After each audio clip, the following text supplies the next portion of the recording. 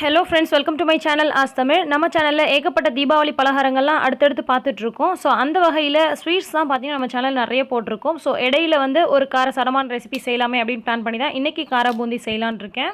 இன்னும் நிறைய சூப்பரான ஈஸியான டேஸ்ட்டான பலகார வெரைட்டிஸ் நம்ம சேனலில் வரதா இருக்குது. ஸோ ஆஸ் தமிழில் உடனே சப்ஸ்கிரைப் பண்ணிவிடுங்க. இப்போ எப்படி செய்கிறதுன்னு பார்க்கலாம். 1 கப் அளவுக்கு கடலை மாவு எடுத்து ஒரு பெரிய பவுலில் போட்டுக்கோங்க. 1 கப் அளவு கடலை மாவுக்கு 1/4 கப் அளவுக்கு அரிசி மாவு சேர்த்துக்கோங்க. சரியான அளவாக இருக்கும். இதுக்கு நீங்கள் வேணும்னா சோடா உப்பு ஆட் பண்ணிக்கலாம், வேண்டாம்னா அவாய்ட் பண்ணிடலாம். அரிசி மாவே நல்ல ஒரு மொறுமொறுப்பு தன்மை நமக்கு கொடுக்கும். 1/4 டீஸ்பூன் அளவுக்கு உப்பு சேர்த்துருக்கேன். 1/2 டீஸ்பூன் அளவுக்கு மிளகாய் தூள் சேர்த்துருக்கேன்.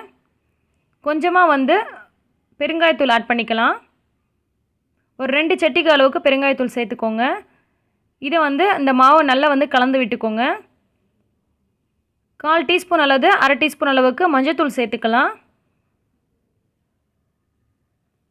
இப்போ எல்லாத்தையும் வந்து நல்லா கலந்து விட்டுறலாம். கலந்து விட்டுட்டு கொஞ்சமாக வந்து தண்ணி ஊற்றி இதை வந்து கட்டி இல்லாமல் நல்லா கரைச்சிக்கணும். அதுதான் ரொம்ப ரொம்ப முக்கியம்.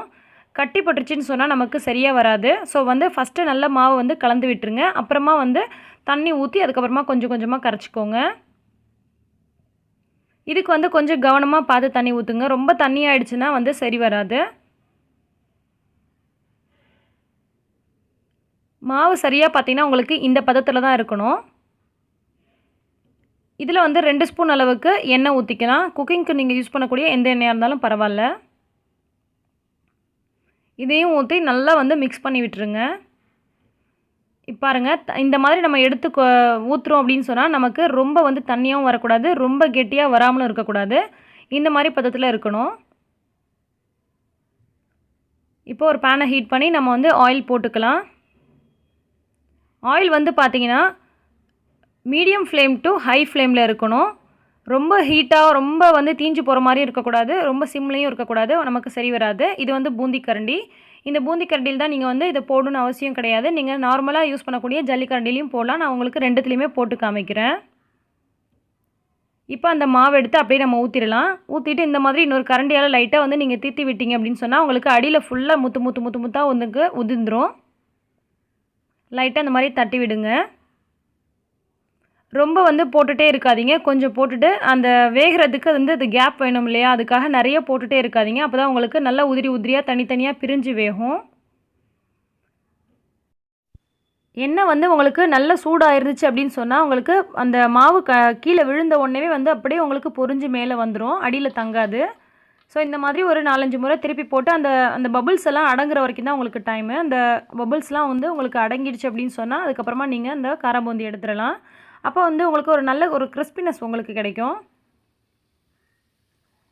இப்போ ஜல்லி கரண்டிலையும் போட்டு காமிக்கிறேன் பாருங்கள். பூந்தி கரண்டி இருந்தால் தான் செய்ய முடியும் அப்படின்னு சொல்லிட்டு சில பேர் அவாய்ட் பண்ணிவிடுவீங்க. ஸோ அதுக்காக தான் இதுலேயும் நான் போட்டு காமிக்கிறேன். எவ்வளோ ஈஸியாக இதுலேயும் வருது பாருங்கள். நல்லா முத்தாக அழகழகாக நமக்கு உதிர்ந்துடும்.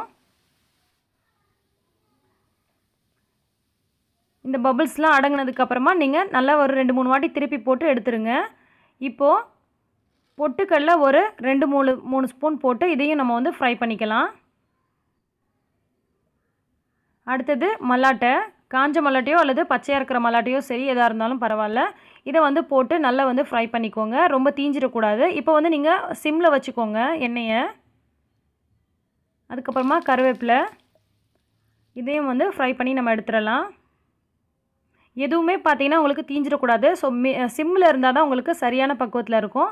இது வந்து ஒரு 4-5 பூண்டை வந்து நல்லா தட்டி வச்சுக்கோங்க. தட்டிட்டு இந்த மாதிரி ஒரு ஃபில்டரில் வந்து வச்சுட்டு அதுக்கப்புறமா நீங்கள் ஃப்ரை பண்ணிக்கோங்க. இல்லைன்னா உங்களுக்கு எடுக்கிறதுக்கு கஷ்டமாக இருக்கும். பூண்டு நல்லா வந்து ப்ரௌனிஷ் ஆகி கிறிஸ்பினஸ்ஸாக ஆகிடுச்சு. இந்த பூண்டு அந்த அளவுக்கு நம்ம வந்து இதை சிம்மில் வச்சு தான் நம்ம வறுத்துருக்கோம். நீங்கள் ஆல்ரெடி இந்த மாதிரி அந்த காராபூந்திலாம் கொட்டும் போது அடியில் ஒரு டிஷ்யூ பேப்பர் போட்டிருந்தீங்கன்னா உங்களுக்கு அந்த எண்ணெய் எக்ஸ்ட்ரா இருக்கிற எண்ணெய்லாம் பார்த்திங்கன்னா இதில் இழுத்துரும்.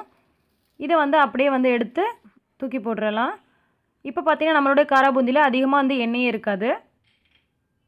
இதில் நம்ம ஃப்ரை பண்ணி வச்சுருக்க பொருளை வந்து ஒன்று ஒன்றா போட்டுக்கலாம். ஃபஸ்ட்டு பொட்டுக்கடலை, அப்புறமா மல்லாட்டை போடுறேன். இப்போ நம்ம ஃப்ரை பண்ணி வச்சுருக்க பூண்டை போட்டுடலாம். ஃபைனலாக வந்து நம்ம ஃப்ரை பண்ணி வச்சுருக்க அந்த கருவேப்பிலையும் போட்டுடலாம். இதில் உங்களுக்கு இன்னும் முந்திரி, பாதாம் இந்த மாதிரி உங்களுக்கு விருப்பப்பட்ட நட்ஸை கூட நீங்கள் சேர்த்துடலாம். கொஞ்சமாக வந்து உப்பு போட்டுக்கோங்க தேவைக்கு. நான் வந்து ஒரு 1/4 டீஸ்பூன் போடுறேன். கொஞ்சமாக வந்து மிளகாத்தூள் போட்டுக்கோங்க. இதை வந்து நல்லா வந்து குலுக்கி விட்டுட்டிங்கனாலே போதும். அப்படி இல்லைனா நீங்கள் 2 ஸ்பூன் வச்சுட்டு நல்லா கலந்து விட்டுறலாம். நல்லா வந்து உப்பு காரெல்லாம் பார்த்திங்கன்னா எல்லா இடத்துலையும் நமக்கு ஈவனாக நல்லா மிக்ஸ் ஆகணும். அந்தளவுக்கு நல்லா மிக்ஸ் பண்ணுறது தான் நல்லா டேஸ்ட்டாக இருக்கும். உங்களுக்கு ரொம்ப காரம் சாப்பிடுவீங்க, அப்படி காரமாக இருந்துச்சுன்னா பிடிக்கும்னு சொன்னால் நீங்கள் இன்னும் கொஞ்சம் காரம் கூட எக்ஸ்ட்ரா போட்டுக்கலாம் மிளகாத்தூள். இல்லை உப்பு கம்மியாக இருக்குது அப்படின்னு சொன்னால் பார்த்துட்டு உங்களுக்கு உப்பு கூட போட்டுக்கலாம். மேக்ஸிமம் இதெல்லாம் வந்து பார்த்திங்கன்னா கடையில் தான் வாங்குவாங்க. நானுமே கடையில் தான் வாங்கிட்டு இருந்தேன். ஆனால் செய்யும் போது பார்த்திங்கன்னா அவ்வளோ ஈஸியாக இருக்குது. நிறைய குவான்டிட்டி நமக்கு கிடைக்குதுங்க. நம்ம வீட்டில் செய்யும் போது நமக்கு செலவுகள் வந்து பார்த்திங்கன்னா ரொம்ப ரொம்ப ரொம்ப ரொம்ப கம்மி தான். ஆனால் ரொம்பவே டேஸ்ட்டாக இருக்குது. நல்ல ஒரு கிறிஸ்பினஸோடு இருக்குது. இந்த வீடியோ உங்களுக்கு பிடிச்சிருந்துச்சுன்னா லைக் பண்ணி மற்றவங்களுக்கும் ஷேர் பண்ணுங்கள். மறக்காமல் ஆஸ்தமிழ் சேனலை சப்ஸ்கிரைப் பண்ணிக்கோங்க. நிறைய பலகார வெரைட்டிஸ் வரதா இருக்குது. நன்றி.